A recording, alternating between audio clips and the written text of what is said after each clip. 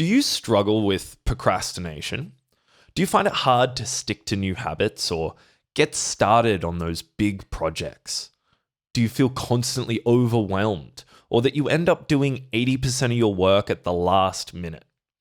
Today, we're going to talk about a framework to help you understand why all of these things happen and how we can use this knowledge to spend more time on the important things in life that are often the hardest to stick to.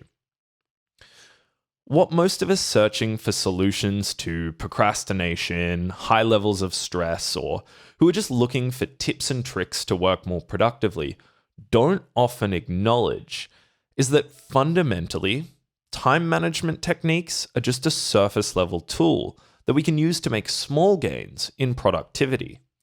But if we want real results, we need to go deeper.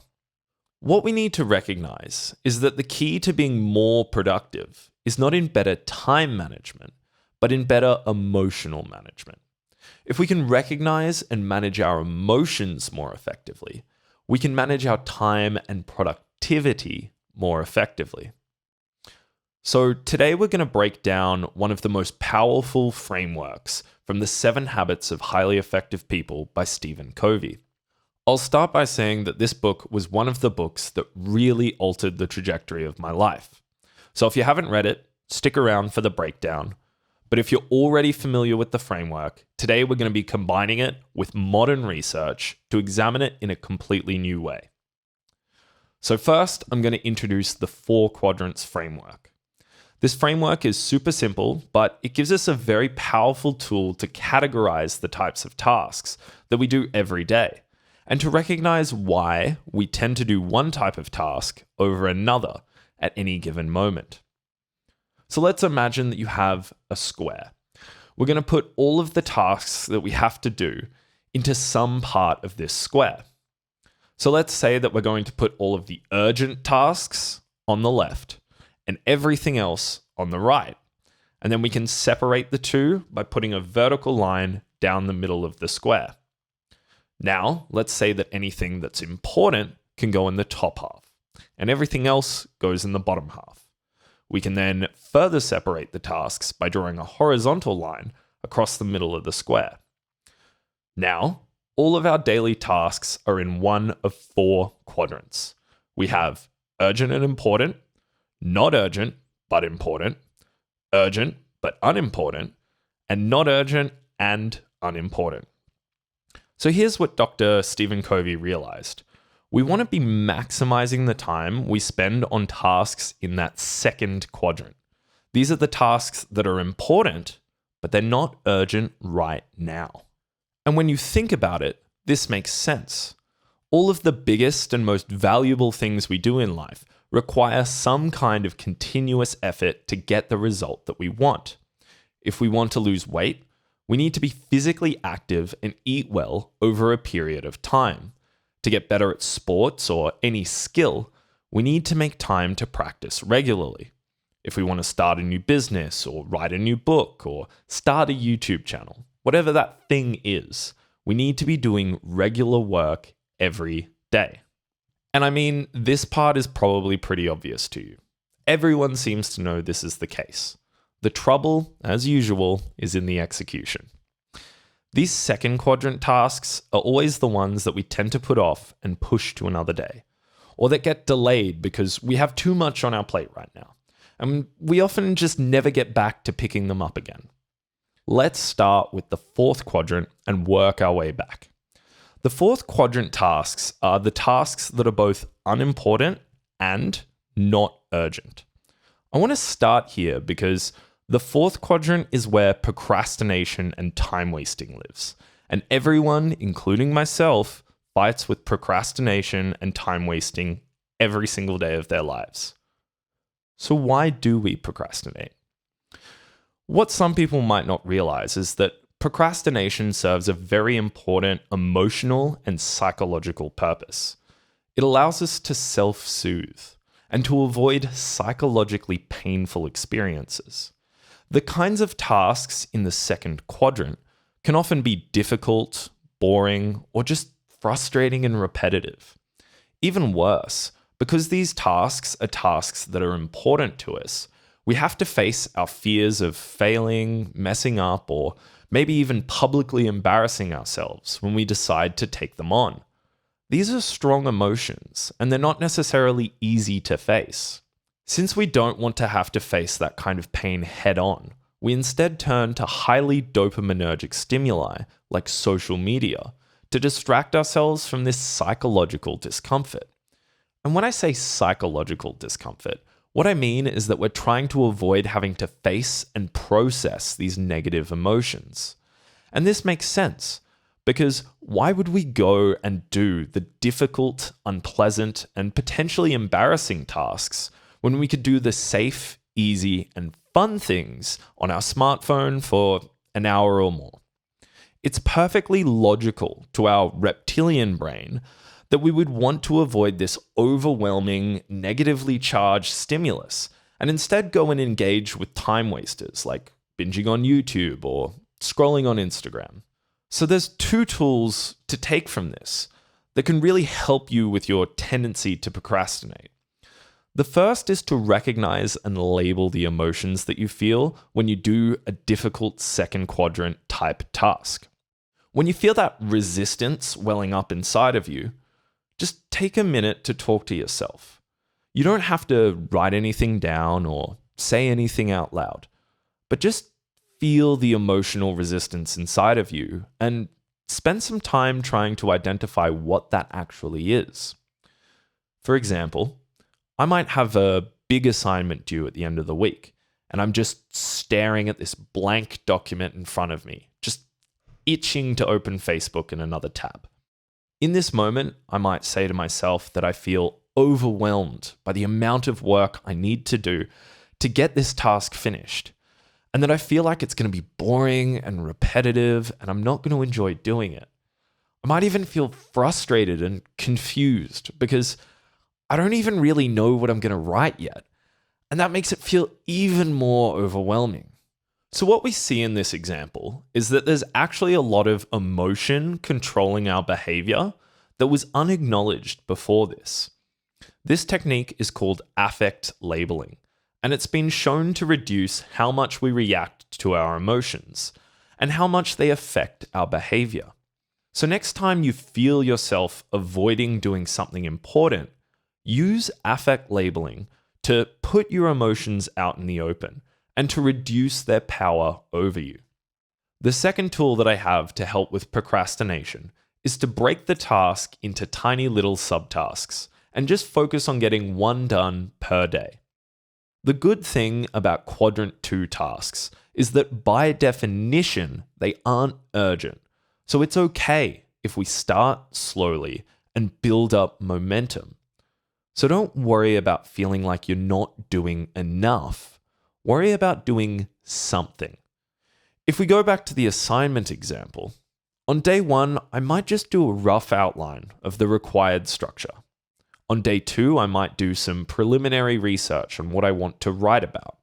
And on day 3, I might begin adding dot points to the structure to flesh it out. And so on it goes. What this technique lets us do is build up positive momentum. If we do need to do a significant push towards the finish line, or if we have an off day where we really just don't feel like doing anything, we've built up all this positive momentum to help us overcome the negative feelings associated with doing the task. Next, let's talk about Quadrant 1. These tasks are important, like our second quadrant tasks, but they're also urgent. They need to be done right now. These are our upcoming deadlines and commitments, as well as the big emergencies that come up from time to time. If you live in Quadrant 1, you might feel that you're constantly going from one deadline to the other, always rushing to get things finished before they're due. There's no time for second quadrant tasks if you're busy putting out Quadrant 1 fires all day, every day. And this is perfectly understandable. If you're in Quadrant 1, you're likely to be very stressed and overwhelmed, and those emotions will eventually lead to burnout. When you do have some downtime, you're often so emotionally exhausted that all you have the energy to do is fourth quadrant time wasters. After a crazy week of 12-hour days, you might spend your whole weekend binging Netflix to recover. I've definitely been there too. So figuring out exactly what's going on here can be quite difficult. So if you feel like you are constantly under pressure from urgent and important tasks in your life, I'd recommend sitting down with a coach or a counselor to help you sort through what specific things are going on here. In general, though, there are 3 common causes that can lead us to overcommitting ourselves and falling into a world of Quadrant 1 tasks. The first way we end up being overwhelmed by Quadrant 1 tasks is probably pretty obvious, and it's by procrastinating on Quadrant 2 tasks until the last minute. Suddenly, the discomfort and fear of missing a deadline or failing an assignment is much greater than the discomfort of actually sitting down and getting something done. If you identify as someone who just works better under pressure, you're probably someone who falls into this emotional dysregulation trap. Either way, I would recommend using the affect labeling technique described earlier to help you out here, and to help you identify the potential root of your lack of ability to work effectively without the looming pressure of deadlines hanging over you. The second way you might be overcommitting yourself is through something called the planning fallacy. This is basically just the normal human tendency for us to constantly underestimate the amount of time it takes to complete a task, even if we've done it before. The solution to this is to make sure you're always giving yourself some buffer time to get extra things done. If you can't afford to budget in this extra time to get something finished, don't commit yourself to it. Because more often than not, you're going to end up staying up late and crunching, or missing out on Quadrant 2 tasks in order to get it done. And this leads us to the final reason many of us overcommit ourselves: a fear of saying no. FOMO is a real thing, as is the feeling that we're responsible to other people, or that we'll be letting them down if we can't do something for them. There are a wide range of reasons why you might have a tendency to say yes to things that you know deep down that you probably shouldn't. And if you find yourself saying, I know I should be saying no more often, but I always end up saying yes, try the affect labeling exercise again and try to find out what those underlying negative emotions are driving this behavior in your life. Finally, we come to the third quadrant, the tasks that are urgent but not so important. So what makes a task urgent but unimportant? Well, these are the tasks that are in our face right at this moment, but don't contribute any meaningful compounding positive effect in our life. This might be a friend who's distracting you while you're trying to concentrate on work, or driving to work and having to sit in traffic every day. Whatever they are, we need to deal with them in one way or another right now. Fortunately, third quadrant tasks are usually the least emotionally charged, and therefore easiest to eliminate. But we might have some underlying emotional barriers that prevent us from making obvious shifts towards replacing these with second quadrant tasks. We're going to talk about 2 techniques to shift out of the third quadrant and back into the second quadrant: elimination and upgrading. Elimination is simply the practice of eliminating anything that might cause us to have to deal with a third quadrant task. This might be as simple as studying in a silent room in the library instead of sitting in the computer room, getting distracted by our friends' background conversations. Another common trick is to put our phones in another room while we work, or to put it on Do Not Disturb mode. It turns out that those seemingly urgent notifications and text messages aren't so urgent when you can't see them. Often the thing preventing us from eliminating these kinds of distractions from our lives is a fear of missing out. That we'll be missing out on the fun and good times we'll have with our friends if we hide away to get these important tasks completed. But the truth of the matter is that you'll have to pay this price at some point anyway. And I'd rather be able to give my friends my full attention at the beach on a Sunday when all my work is done than give them half my attention during the week and instead have to spend that same Sunday finishing the assignment that I was supposed to be working on. Our second tool is something I call upgrading. Upgrading is for third quadrant tasks that we can't eliminate, but that we might be able to change to turn into second quadrant ones. For example, to get to my Australian university every day, I have to commute for about 70 minutes each way. Yep, 70 minutes. That's over 11 hours per week of third quadrant tasks that I cannot eliminate if I want to go to campus Monday to Friday. Now, of course, I can certainly reduce the number of days that I physically go to university. But for the days where I have mandatory classes and commitments, commuting is an unavoidable commitment. So what I do is I upgrade my commute time each day so that I can spend it on second quadrant tasks. Since I catch the train for a majority of the journey, I can use this time to practice my language skills, answer emails, read engineering papers, and work on assignments.